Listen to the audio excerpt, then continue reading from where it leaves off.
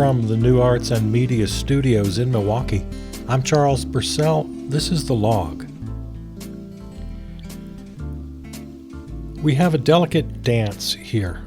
We don't want to just panic and run screaming in the streets.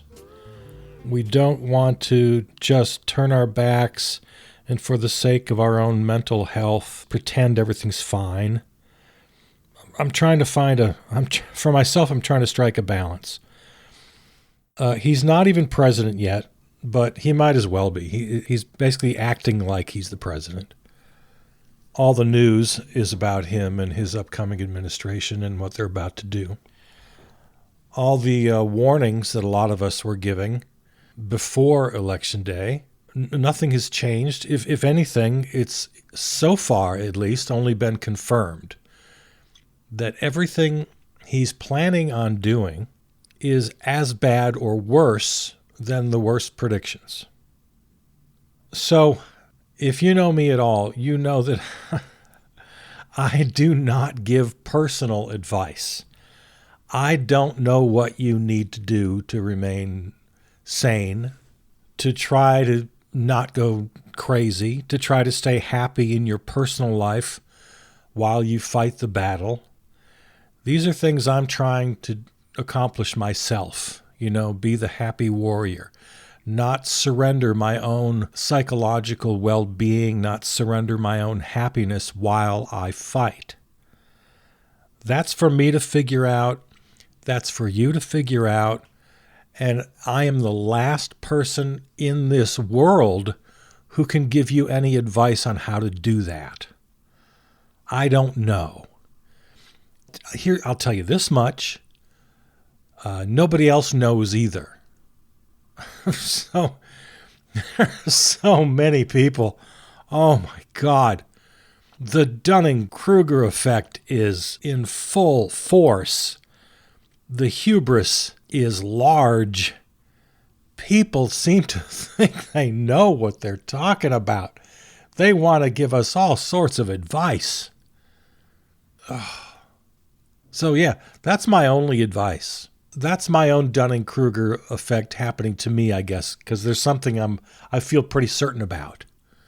There's something I feel pretty confident about, and that is that nobody knows what the hell they're talking about when it comes to all this personal, psychological, spiritual, philosophical advice on how to deal. It's so bad out there. If you're plugged in at all to social media, or even just a conversation with friends and family over a beer, the strong opinions, I don't know how people, I never understand how people can be so sure of themselves. So, no, I'm the last person in the world to give you personal advice or psychological advice or philosophical advice. I look at things and I share with you the way I see them. I try to base it on reason, on logic, on what I actually see in front of me. I'm trying to be well informed. If I don't know something, I don't pretend I know. And where we are right now is a tough place. I feel very strongly, again, based on what I'm reading, what I'm seeing, our fears, our warnings about an Orange Menace administration have only been confirmed and amplified so far in this short period since Election Day. Thank goodness for groups like the American Civil Liberties Union who are dedicated to the fight. They've got lawyers, they've got strategies. Good for them. And thank goodness for them. As for what you can do, again, I'm not here to give you advice. Some practical advice every once in a while. The standard stuff. Yell at your representatives, make phone calls, write letters, hit the streets, demonstrate. Take care of yourself. But again, I'm not going to get deeply into that because I don't know. All right, let me see here. I do feel it's necessary to mention that just today, I'm recording this on Wednesday late afternoon, the United Nations put forward a resolution demanding an immediate ceasefire in Gaza, and of course it was vetoed by the United States. And, even if it had passed, it's a resolution from the United Nations, so it doesn't have any teeth, but still, at least it's something. I mean, at least the world could speak with a unified voice, but that's not going to happen. Joe Biden's taking it right down to the end. He's going to just keep playing the game. He's just going to keep giving Netanyahu diplomatic cover and keep sending weapons systems. So that continues. Every indication is that the Orange Menace, he says he wants to end the war, and I think he probably will by completely allowing the final resolution, to use a horrific phrase. Just to, Gaza can just, it's already pummeled to within an inch of its life. It's almost universally down to rubble now. 44,000 plus is the death toll that we're getting from the health ministry of Gaza, and it's just absolutely certainly more than that. There's at least another 10,000 under said rubble. Another a number you can't count dying every day of starvation and disease, and that number is only going to grow. So it just gets worse and worse. I said before, I never tell you what to do. I wish I could. There's nothing make me happier than at least think I have the answers. I don't. My answers tend to get boring and repetitive, and that is to reject the right, and you got to take a hard left. And by that I mean get money out of the center of politics. You got to go with people who advocate for peace and not those who advocate for war, especially the profiteering of war. I know in the little transition meeting between Genocide Joe and the Orange Menace, it was reported that one of the main talking points from Joe to the Orange Man was, well, one of the reasons we have to support Netanyahu and support Ukraine is because we're selling them all sorts of weapons. It's a jobs program for America. I don't know. That's what I read. I don't have the source in front of me, but as I recall, it was a legit reporter. That was one of the talking points he had for the Orange Menace. Well, we have to continue to support Israel, and we have to continue to support Ukraine. I hope you'll do that. And one of the reasons is we're making lots of money selling them weapons. This is what we've come to as a country here. Good God. The media, I could spend every minute of every episode on the media, because every week after week, they just seem to get worse and worse. A goodly number of those in the media and the reports we're hearing and seeing now are just bending over backwards to normalize America's Hitler. They're just covering it like they'd cover any other transition. Oh, well, this policy and this personnel and that personnel, and what does it mean? And can they get Senate confirmation? And it's just the same old tired playbook. Forgetting every warning beforehand. It's like, well, now we're here. The poster children here of this are Joe Scarborough and Mika Brzezinski, who co-host the morning show on MSNBC. They got the big cable morning show. And all sorts of warnings, and just beside themselves for months, warning against the dangers of electing the Orange Menace. And they decided last week, well, we better go down to Mar-a-Lago and have a nice talk with him, which they did. It's like going over to New Jersey to talk with the wildfire, to seek common ground. So Joe and Mika did that. We talked a little bit last week about how the election has already infiltrated sort of the life stream of the culture. That continues. Nazis are marching in Columbus. Yeah, just openly marching, swastikas flying, all this sort of stuff becoming normalized.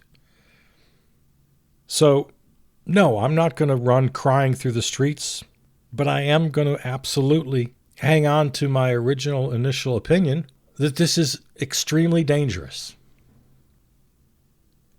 Nancy Mace, one of the worst people in the world, She's a representative. I forget who she represents in Congress.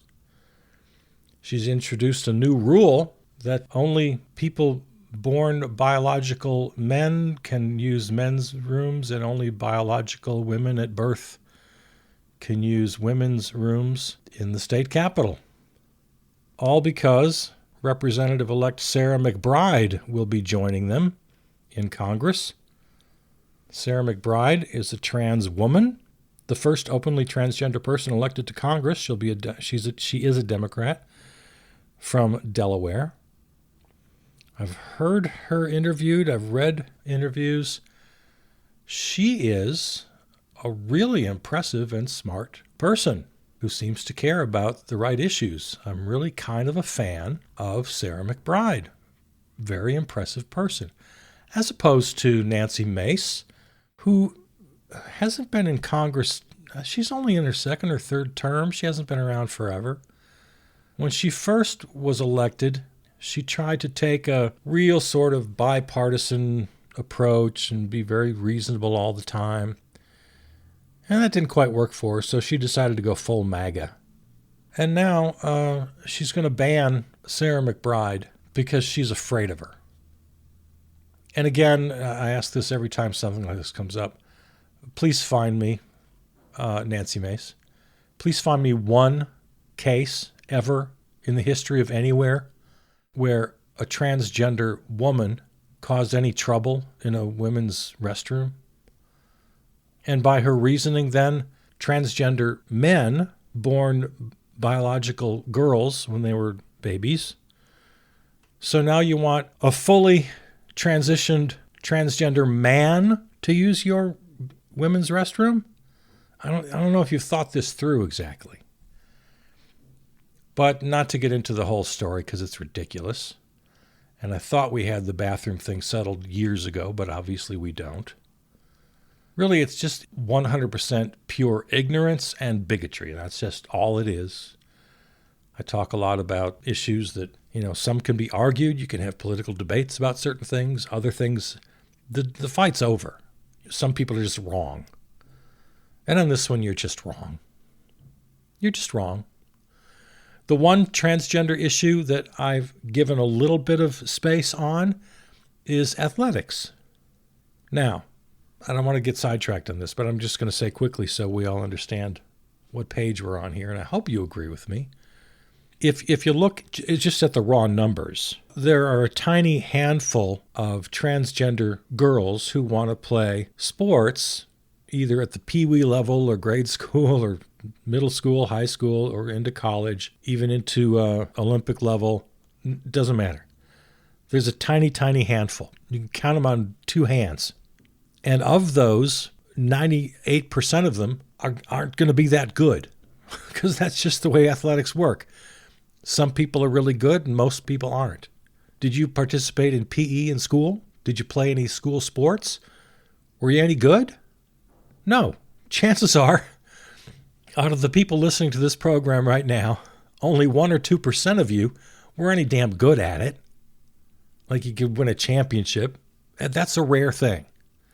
So the point is, the number of trans girls or women who are going to suddenly become a champion in their sport due to the fact that they were born boys, that number is close to zero.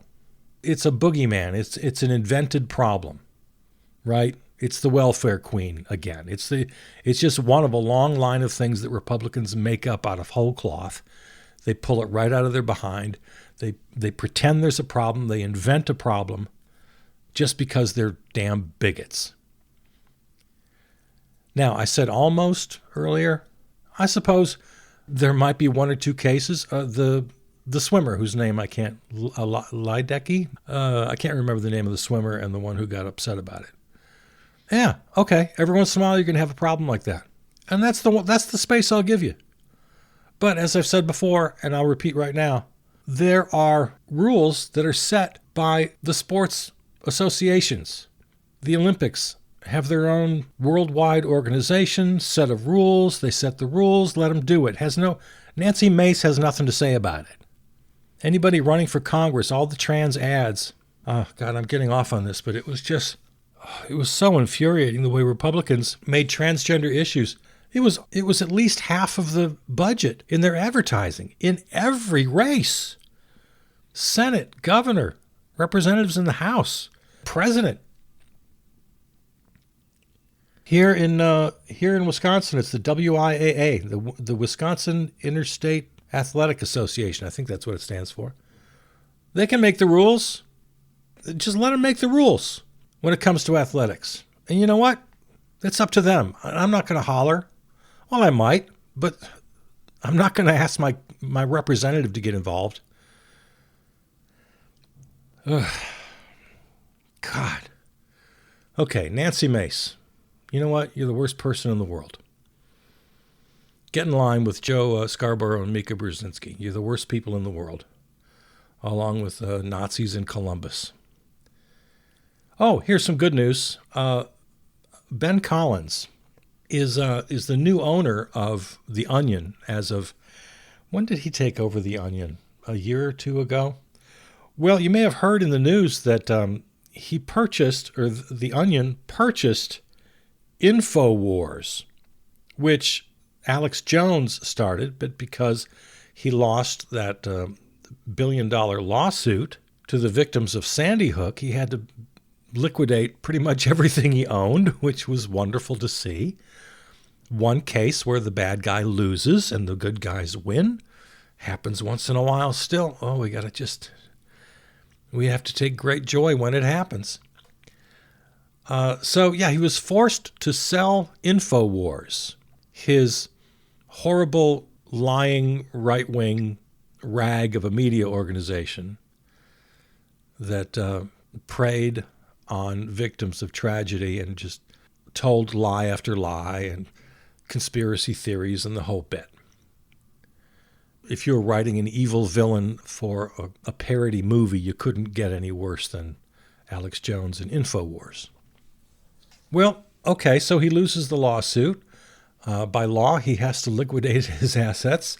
InfoWars goes up on the block for highest bidder. And damned if The Onion, which I've been reading since I was a kid. How long has The Onion been around now? I'm always very proud to remind people that it originated right here in Wisconsin, over in Madison. So yeah, The Onion, the parody news outlet, has the winning bid for InfoWars, and that's just wonderful. Now, Alex Jones is suing. He's trying to block the sale, so we'll keep you posted. But as it stands, The Onion is the top bidder for InfoWars, and they're going to turn it into a parody site, basically a parody of what it used to be, the terrible right-wing conspiracy theory InfoWars. It'll be a parody of that. So that's wonderful. That's wonderful.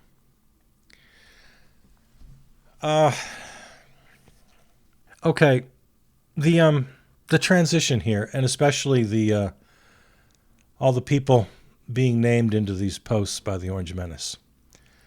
There've been lots of theories on what the hell is he doing. Every choice, every announcement is just more ridiculous than the last one was. And there were a lot of theories that, okay, maybe these are just opening bids. He's putting out people he knows are unacceptable so that when they have to drop out, the next one won't seem so bad. And then he's still able to get really terrible people in. That theory seems to be going away. All the reporting I'm seeing is that he's really fighting for his nominees. He really wants even Matt Gaetz, the craziest of all the nominees, he's really fighting for him. He really wants him to be Attorney General. So I think that theory maybe is gone. My particular theory is that, and I don't think I'm the only person saying this, I just really think it's all about humiliation. I think it's entirely 100% just rub your face in it. And by your face, I mean our face. Anybody who might dream of opposing him, he's intentionally giving you the most outrageous, the most unqualified, the most vilified set of crackpots and clowns, just daring us to oppose. Daring the Senate to oppose. It's him exercising his power and showing you, yes, I can do anything. I have complete and total power over you. The unitary executive is complete. Forget this check and balance thing. Forget the 3 equal branches of government. Nope. It's all about me, baby. And the just absolute denigration of the process is all about just showing you who's boss. It's like who dominates here and who's submissive. It's like Spinal Tap's album, Smell the Glove. It's just humiliation, and he's loving it. I mean, did you see the photo? Now, for a lot of this was kind of funny, but it's also just deadly serious and horrifying. The photo of Musk, the Orange Menace, Don Jr., Speaker Johnson, and RFK Jr. on the plane eating fast food. And RFK, the guy who's talking, just days before this photo, literally just a couple days before this photo, talking about how the campaign food usually isn't that good, but he said the food on that plane is horrible. He said it's like poison. He used the word poison. And so 2 days later, after he makes that remark, the Orange Menace, grinning ear to ear, makes RFK Jr. pose holding a burger with nuggets, fries, and a Coke sitting in front of him. And he just looks like a hostage. He looks like a hostage. And the Orange Menace grinning like you just never see him grin. Like, you know how you never see him smile genuinely? It's very rare. It's extremely rare to see him smile genuinely. That is, he's actually happy in the moment. Usually if he smiles, he's smirking or he's just being an ass. But in this one, he's genuinely loving it. He's loving the cruelty of it. So again, yeah, it's kind of funny. All the late night comics made their jokes. But when you look at it, it really is like horrifying. Okay, I'm going to make you my bitch. You're a grown man, and I'm going to make you smell the glove. It's genuinely horrifying. And then what he did to Mike Johnson. And I'm no fan of Mike Johnson, but he's the Speaker of the House of Representatives, a co-equal branch of government. And in this same photo, he doesn't even have a seat at the table. He's got to be leaning up over the seats like George Costanza in the Seinfeld finale. When he's on his knees, leaning up over the airplane seat, and Elaine says, turn around. That's kind of effeminate. I don't like what you're doing. That's what they make Mike Johnson do in this photo. Again, kind of funny, but genuinely horrifying. Smell the glove, Mike Johnson.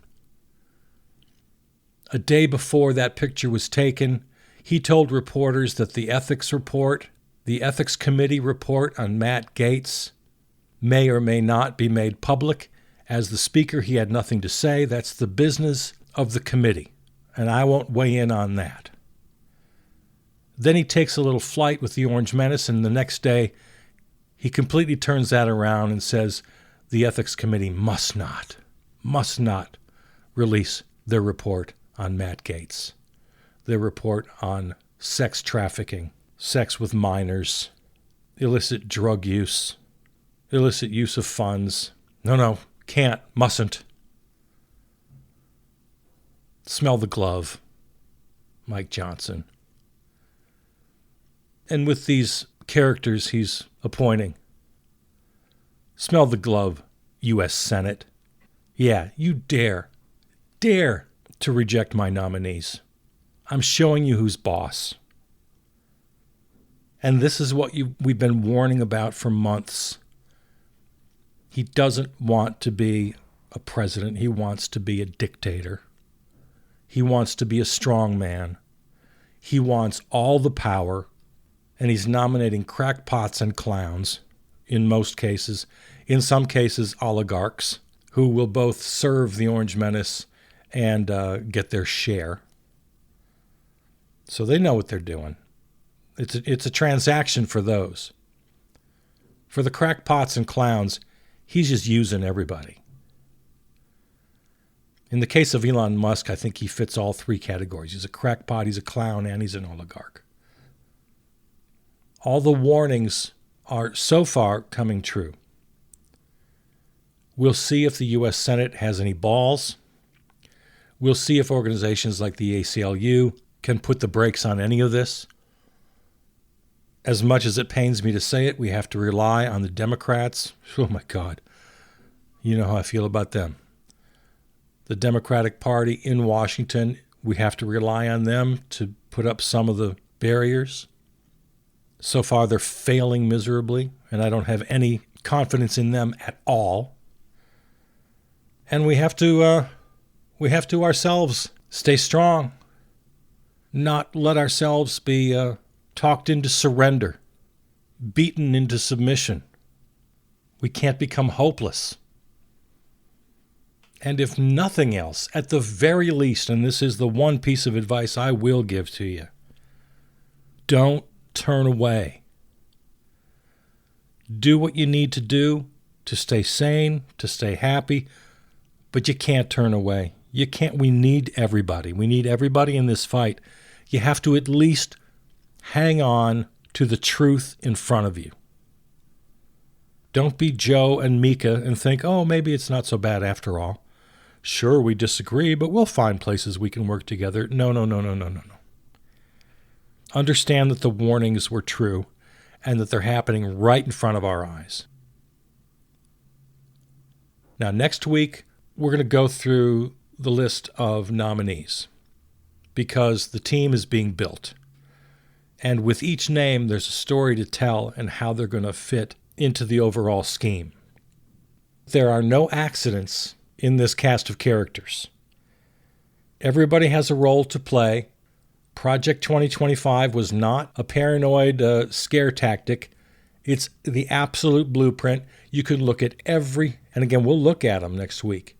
You can look at every nominee and see how they fit perfectly. Many of them literally contributors, writers of Project 2025, several of them. So we'll do that next week.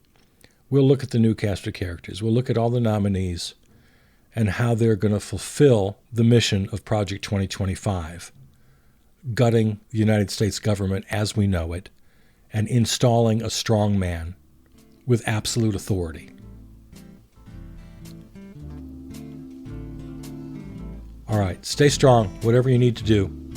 Stay strong, but stay with us. This episode and all others can be heard on your favorite podcast platform, or go to the website charlesburcell.com for this and all episodes. Thanks to our flagship terrestrial station, River West Radio, riverwestradio.com. Write to me, Charles Burcell, at Gmail. Follow on Facebook. Peter Donalds wrote and performed the theme song. All right, love you. Take care.